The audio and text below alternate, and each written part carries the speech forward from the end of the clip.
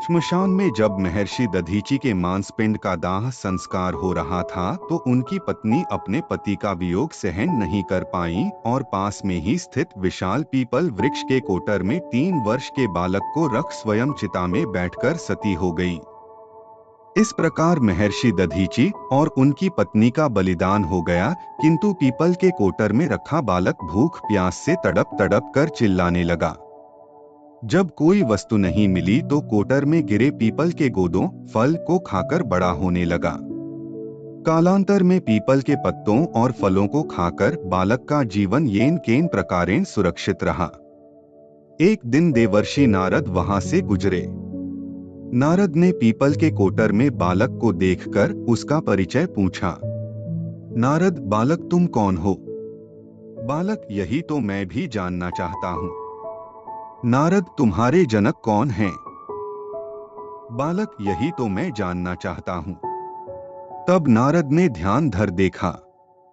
नारद ने आश्चर्यचकित हो बताया कि हे बालक, तुम महान दानी महर्षि दधीचि के पुत्र हो। तुम्हारे पिता की अस्थियों का वज्र बनाकर ही देवताओं ने असुरों पर विजय पाई थी। नारद ने बताया कि तुम्हारे पिता दधीचि की मृत्यु मात्र 31 वर्ष की वय में ही हो गई था। बालक, मेरे पिता की अकाल मृत्यु का कारण क्या था? नारद, तुम्हारे पिता पर शनिदेव की महादशा थी। बालक, मेरे ऊपर आई विपत्ति का कारण क्या था? नारद, शनिदेव की महादशा। इतना बताकर देवर्षि नारद ने पीपल के पत्तों और गोदों को खाकर जीने वाले बालक का नाम पिप्पलाद रखा और उसे दीक्षित किया। नारद के जाने के बाद बालक पिप्पलाद ने नारद के बताए अनुसार ब्रह्मा जी की घोर तपस्या कर उन्हें प्रसन्न किया। ब्रह्मा जी ने जब बालक पिप्पलाद से वर मांगने को कहा तो पिप्पलाद ने अपनी दृष्टि मात्र से किसी भी वस्तु को जलाने की शक्ति मांगी।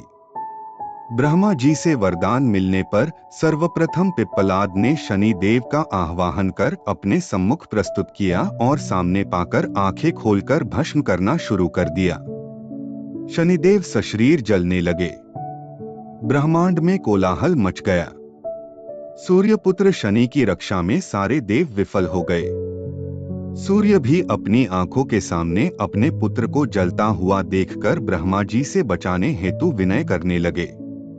अंततः ब्रह्मा जी स्वयं पिप्पलाद के सम्मुख पधारे और शनिदेव को छोड़ने की बात कही, किंतु पिप्पलाद तैयार नहीं हुए। ब्रह्मा जी ने एक के बदले 2 वरदान मांगने की बात कही। तब पिप्पलाद ने खुश होकर निन्वत 2 वरदान मांगे।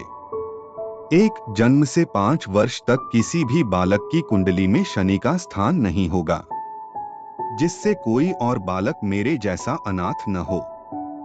2, मुझ अनाथ को शरण पीपल वृक्ष ने दी है।